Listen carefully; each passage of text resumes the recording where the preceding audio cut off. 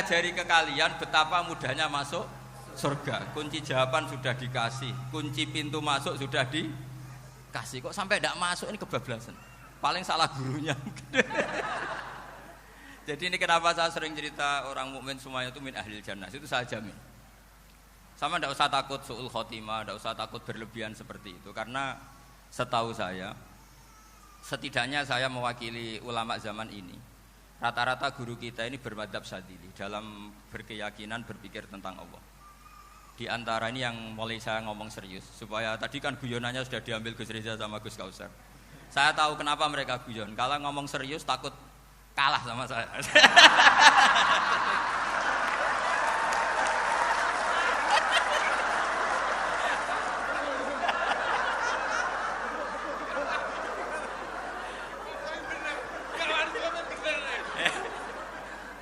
Karena saya ini sudah terkenal pemikir serius, jadi artinya itu satu kepintaran mengalihkan. Ya, oh ya, sudah itu satu kecerdasan. Tidak hanya ngalim tapi betul cerdas. Jadi itu bukti beliau ini cerdas itu. Saya berpikir begini, ini madzhab Syadzili. Kita semua tentu Syadzili karena kita semua ngaji kitab Hikam. Kita tahu kitab Hikam itu muridnya Abul Abbas Al-Mursi. Abul Abbas Al-Mursi muridnya Syekh Abdul Hasan Asy-Syadzili.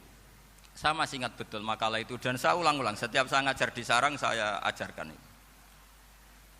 Kilali kata Abdul Hasan Asy-Syadzili, saya pernah dapat hatif, dapat semacam ilham. Apa makna min syarril waswasil khannas? Itu kata beliau dijawab oleh hatif itu. Hatif itu enggak perlu diterjemah tadi ada karena tadi diajarin itu. Apa yang dihidupkan itu enggak perlu dijelaskan.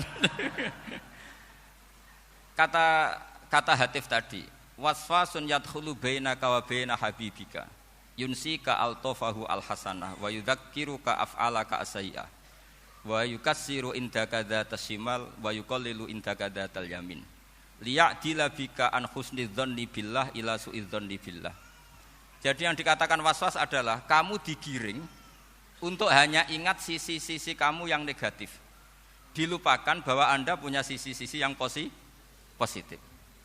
Misalnya seperti ini, mungkin secara fikih tadi banser-banser tegas, wah ini masalah lelaki perempuan dipisahkan gini-gini.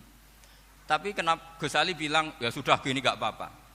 Sebetulnya ada rukhsah itu karena ini di depan umum. Yang paling pantangan Nabi itu la yakhluwanna rajulun bimra'atin. Ini ada yang menjaminnya gitu. Malah khawatir saya di sini dipisah tapi setelah berduaan nggak bisa. Jadi toleransinya karena ini di depan umum. Itu masih ada toleransinya. La yakhluwanna rajulun bimra'atin. Begitu juga ketika kita dosa, misalnya kita dosa. Orang Islam setiap dosa itu pasti ingat salahnya, kemudian istighfar. Dan ketika satu kebaikan dibandingkan keburukan, itu kata semua ulama, karena sayyi'ah itu bernilai 1, kebaikan bernilai apa? 10. Itu masih surplus berapa? 9. Jadi itu cara berpikir Abdul Hasan Asy-Syadzili. Kenapa kamu harus berpikir positif tentang Tuhan? Sekali berpikir tentang negatif, itu bahaya betul. Misalnya begini, kamu berpikir tak rewangi dadi kiai, sujud, rukuk, ternyata aku tetap mlebu neraka. Gunane apa? Itu menurut saya kan enggak punya akal.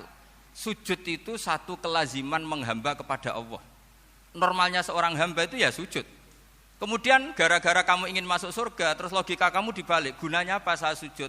Ternyata saya masuk neraka. Itu pertanyaan yang benar-benar bodoh dan itu menjadikan Allah benci. Logikanya dibalik begini. Ini saya ngomong serius karena ini bentuk kemenangan saya ini bentuk kemenangan saya. Saya berkali-kali ngomong di kota pelajar di Jogja karena banyak pengujinya juga. Bukan sekedar pendamping tapi penguji. Banyak yang profesor, bukan sekedar doktor, banyak yang profesor. Jadi ya ini begini, saya pernah ditanya sama seorang dosen, Gus, saya ini ngaji hadis banyak, tapi ada yang saya tidak paham, yaitu mangqala la ilaha illallah dakhalal jannah, ada kalimat wa in zana wa in saraka. Meskipun pernah zina, pernah maling. Ini kan seakan-akan mentoleransi perzinaan dan pemalingan. Terus saya bilang, oh makna hadis itu seperti ini. Jadi kebenaran absolut, kebenaran yang mutlak itu tidak akan terganggu oleh status perilaku seseorang. Saya berkali-kali memberi contoh. Orang yang ditangkap KPK akan bilang 1 tambah 1 2. KPK-nya juga bilang 2. Rivalitas dalam politik, Pak Prabowo ya bilang 2, Pak Jokowi juga bilang 2. Orang yang zaniyah, yang lonte pun akan bilang 2. Muftinya juga bilang 2. Ketua MUI-nya juga bilang 2. Artinya gini, kebenaran yang absolut adalah kebenaran yang siapapun akan meyakini seperti itu. Seperti 1 ditambah 1, 2. Kamu punya musuh bilang 2. Kalau ibu-ibu ini punya maru, ya marunya bilang 2 tadi tambah mama. Enggak tahu saya terjemahnya apa tadi.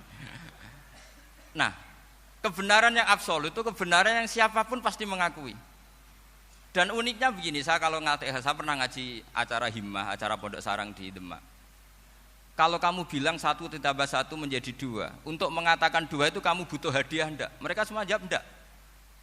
Kita semua enjoy saja mengatakan tembok itu putih. Kenapa? Karena memang putih. Kita mengatakan 1 tambah 1 2 karena memang kita tanpa presentasi dapat hadiah, dapat penghormatan. Kenapa untuk mengatakan Allah itu Tuhan kita butuh surga? Memangnya kalau tidak ada surga Allah tidak jadi Tuhan? Ini problem orang soleh-soleh yang terlalu pesimis. Makanya nanti orang-orang soleh itu masuk surganya berat. Tapi kalau orang alim lebih gampang kira-kira seperti itu. Iya, karena kan imannya lebih bagus. Dalam hadis qudsi Allah ini yang dibuli orang-orang soleh. Laulam akhluk jannatan wala naron alam akun ahlan an uto'a, dalam hadis qudsi itu. Kalau saja saya tidak menciptakan surga dan neraka, apa saya tidak jadi Tuhan yang perlu ditaati? Apa kalau kamu tidak saya kasih uang 1 juta terus bilang 1 tambah 1 11? Enggak kan? Tetap bilang berapa? 2. Kalau kebenaran absolut yang 1 tambah 1 kamu bilang 2 meskipun tanpa mendapat hadiah. Kenapa untuk bilang Allah Tuhan kamu butuh hadiah surga? Itu kan serai ikhlas belas. Makanya saya terus mengajarkan ikhlas. Ikhlas itu bisa dilatih dengan akal, dengan pikiran, bil ilmi lah. Harus dilatih. Nah di sini ini momen atau makna yang mestinya harus difahami wa inzana. Bahwa kalimat ini sah meskipun dilafatkan seorang yang pernah zina. Sama seperti 1 tambah 1 2 sah, diucapkan siapa saja sah. Dan siapapun akan mengucapkan itu secara ikhlas. Ini penting saya utarakan. Sehingga setelah ada firqah-firqah takfiri yang mengatakan orang megang keris itu syirik, ke kuburan syirik, ini syirik. Itu salah besar. Salahnya adalah tadi kalimat-kalimat atau kebenaran-kebenaran absolut ini sudah jadi sibghata wa man ahsanu minallahi sibghah. Kalimat ini begitu absolut di hatinya orang mukmin. Sehingga ketika terganggu oleh hal-hal yang adat istiadat kayak pegang keris, kayak apa, ini tidak mengganggu. Tetap kualitas iman ini di atas keyakinan adat membawa apa keris. Kalau orang membawa keris menjadi syirik karena percaya sama makhluk. Orang misalnya kejawen kalau nggak bawa keris nggak nyaman. Orang kota itu kalau nggak bawa ATM juga nggak nyaman. Itu tidak dihukumi syirik. Kamu pergi lupa bawa HP nyaman enggak? Enggak, kenapa enggak dihukumi syirik?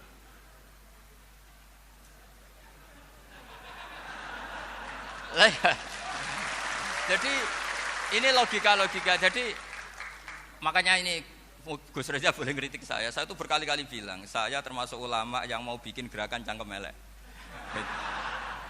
Karena nanti kalau saya nisbatkan ke Rasulullah itu tidak pantas, karena Nabi ahsanan nasi khalqau wa khuluqa. Tapi saya siap jadi bempernya Rasulullah sallallahu alaihi wasallam.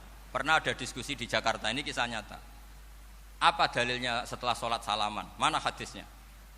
Itu dijawab hadisnya tentu kita kesulitan. Kalaupun ada hadisnya dhaif semua yang masalah musafahah. Akhirnya mau tidak mau dijawab pakai cangkem elek. Boleh enggak kamu setelah salam nyalain HP yang off? Boleh. Boleh enggak ke kamar mandi? Boleh. Oh berarti kencing boleh, nyalain HP boleh, yang enggak boleh itu ingat Allah. Karena mereka mengkritik wiridan, ngeritik salah salaman. Akhirnya mikir deh. Ada enggak hadisnya orang setelah sholat nyalain HP? Enggak ada kan? Tapi mereka nyalain HP enggak hambatan, tapi untuk salaman masalahkan. Ke kamar mandi boleh, tapi untuk wiridan enggak boleh. Akhirnya mereka sadar, oh iya. Lama-lama dibisiki gini yang kelompok itu. Kamu itu korban aliran supaya kamu enggak ingat Allah, ingatnya HP-nya. Sehingga orang wiridan kamu kritik, orang nyalain HP enggak kamu kritik. Itu kelompok itu adalah kelompok orang-orang yang supaya orang Islam itu lupa Tuhannya. Itu gerakan cangkem elek, tapi jadikan orang sadar. Jadi ini penting. Jadi Kalau kamu tidak bisa bela agama dengan jalan yang lurus karena tidak bakat gitu, nggak apa-apa pakai cangkam elek tadi. Karena nggak mungkin gerakan ini dinisbatkan kepada Rasulullah Shallallahu Alaihi Wasallam.